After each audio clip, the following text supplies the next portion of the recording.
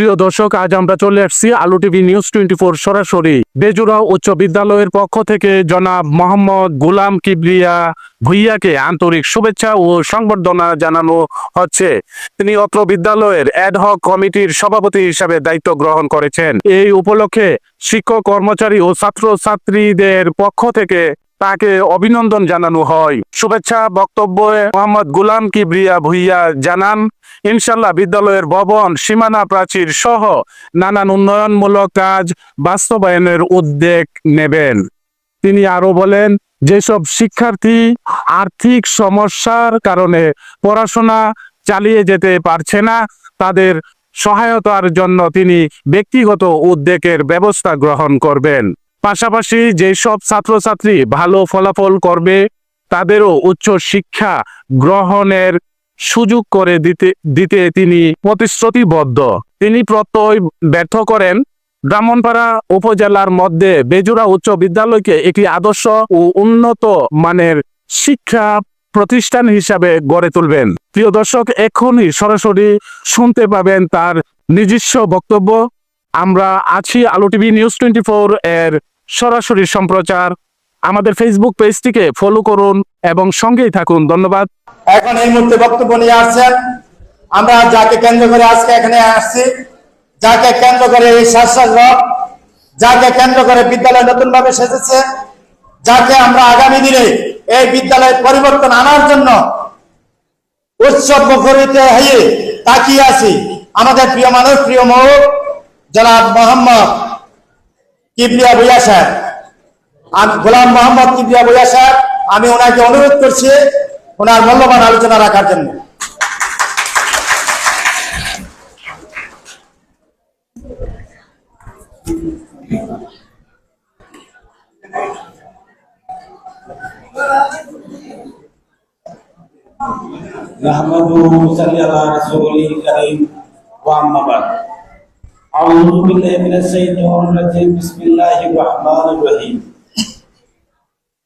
সম্মানিত আজকে আমার বাবার সমতুল্য মুরব্বিয়ান এবং ঐতিহ্যবাহী বেজুরা গ্রামের অভিভাবক, প্রধান শিক্ষক, শিক্ষক মন্ডলী এবং ছাত্রছাত্রীবৃন্দ, সবাইকে আমি আমার প্রীতি ও শুভেচ্ছা এবং সালাম গ্রহণ করছি। আসসালামু আলাইকুম।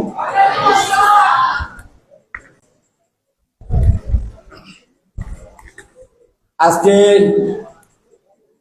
আমি আপনাদের সম্মুখে শুরুতে আল্লাহ পাকের কাছে নিকট কৃতজ্ঞতা প্রকাশ করি। আল্লাহ পাক যে আমার উপর যে অর্পিত দায়িত্ব সভাপতি বেজুরা স্কুলে দিয়েছেন, আমি কৃতজ্ঞতা প্রকাশ করছি। এই গ্রামবাসীর নিকট আমি কৃতজ্ঞতা প্রকাশ করছি কর্তৃপক্ষের নিকট।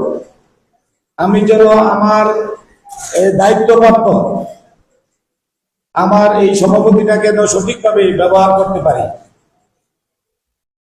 আমি সুন্দরভাবে বুঝিয়ে বক্তব্য বলতে পারি না, অনেকদিন যাবত আমার অসুস্থ। আমি এখন কথা হইলো কি, আপনাদেরকে যে আজকে আমি যে আপনাদের সম্মুখে আজকে সংবোধন অনুষ্ঠানে একত্রিত হয়েছি, এখন আমার এই গ্রামের সর্বপ্রথম হলো শিক্ষক মন্ডলী উদ্দেশ্য করে বলছি, ওনারা আমাকে সর্বাত্মক সহযোগিতা করতে হবে এবং ছাত্রছাত্রীবৃন্দ নিয়মিত মনোযোগ সহকারে লেখাপড়া করতে হবে এবং গ্রামবাসীর সুপরামর্শ এবং সুদৃষ্টি থাকতে হবে এই প্রতিষ্ঠানের দিকে। আমরা এখানে মনে করেন যে আজকের এই অনুষ্ঠানের সংবোধন অনুষ্ঠানের সমস্ত কর্তৃত্ব আপনাদের। আমি আপনাদের কাছে চিরকৃতজ্ঞ। আমার জন্য দোয়া করবেন, আমি যেন আমার অর্পিত দায়িত্ব যথাযথভাবে পালন করতে পারি। আমি আপনাদের শিক্ষকের এবং অভিভাবকের সহযোগিতায় এই বিদ্যালয়কে একটি আধুনিক মানসম্মত মডেল বিদ্যালয় হিসেবে প্রতিষ্ঠা করতে পারি। আমি চাই এই স্কুল উপজেলার মধ্যে অন্যতম বিদ্যালয় হিসেবে সুনাম অর্জন করবে। শিক্ষা আমি সবার চেষ্টা করব।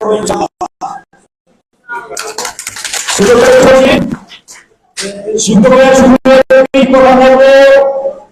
আপনারা সম্মানিত ব্যক্তি, এই বিদ্যালয়ের সুনাম অর্জন, এই সুনাম আপনাদের সুনাম, বিদ্যালয়ের সুনাম অর্জনের আপনারা সর্বোচ্চ চেষ্টা চালিয়ে যাবেন।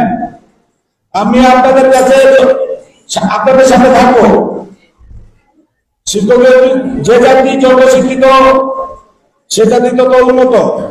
আমি একটি শিক্ষিত জাতি গঠনে আমার যা যা করণীয় আমি তা করবো ইনশাল্লাহ।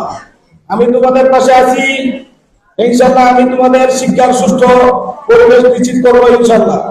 তোমাদের ভালো ফলাফল ও ভালো শিক্ষার জন্য করণীয় যা আমি করবো, কিন্তু ভালো ফলাফলের জন্য তোমাদের শুধু গুরু দায়িত্ব নিতে হবে। আমি শিক্ষার সুষ্ঠু পরিবেশ নিশ্চিত করব। শিক্ষকদের তোমাদের পড়াইবে, তোমার বাবা মা তোমাদেরকে খেয়াল করবে যে টেবিল চেয়ার দিয়ে তোমাদের পেছনে অর্থ ব্যয় করবে। তোমরা পড়ার টেবিলে পড়বে না, মনোযোগ থাকবে না, সেভাবে তো শিক্ষা হবে না। আজকের শিশু আগামী দিনের ভবিষ্যৎ। তোমরা একদিন এই গ্রাম চালাবে, সমাজ চালাবে, দেশ চালাবে। যদি নিজেকে সুশিক্ষিত করে করতে পারো, প্রতিহিংসা করবে না, প্রতিযোগিতা করবে। ভালো ফলাফল এর ক্ষেত্রে প্রতিযোগিতা করতে যা যা করতে হয় তাদেরকে আমি সহযোগিতা করবো ইনশাআল্লাহ।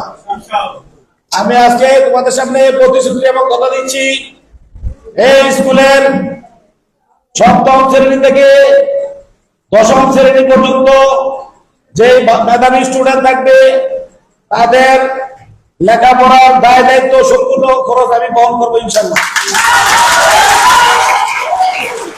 আমি তোমাদের সাথে কথা দিচ্ছি, আজকের এই সম্বোধনা অনুষ্ঠানে মেজরা 4 তলা ভবন নির্মাণ করবো, উদ্বোধন করবো ইনশাআল্লাহ। আমি তোমাদের সাথে কথা দিচ্ছি, ওয়াদা করতেছি, এই স্কুলটাকে ব্রাহ্মণপাড়া থানার মধ্যে একটি সুনামধন্য স্কুল হিসাবে গঠন করবো ইনশাআল্লাহ। সাথে আমার সাথে তোমরা ছাত্রছাত্রীবৃন্দ সহযোগিতা করবে। তোমরা যদি আমার পাশে থাকো আমার কোনো ভয় নেই ইনশাআল্লাহ। তোমাদের লেখাপড়ার মানের জন্য, লেখাপড়া করার জন্য তোমাদের আমোদপূর্বক যে কোনো কিছু সুযোগ সুবিধা আমার কাছে বলবো, আমি তোমাদের চাহিদা পূরণ করবো ইনশাআল্লাহ।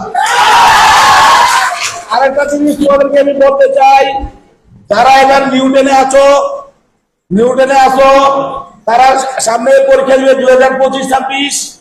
পরীক্ষার মধ্যে যদি তোমরা টেস্টে অ্যালাউ না হও তাহলে কোন রকম পরীক্ষা দেওয়ার সুযোগ থাকবে না।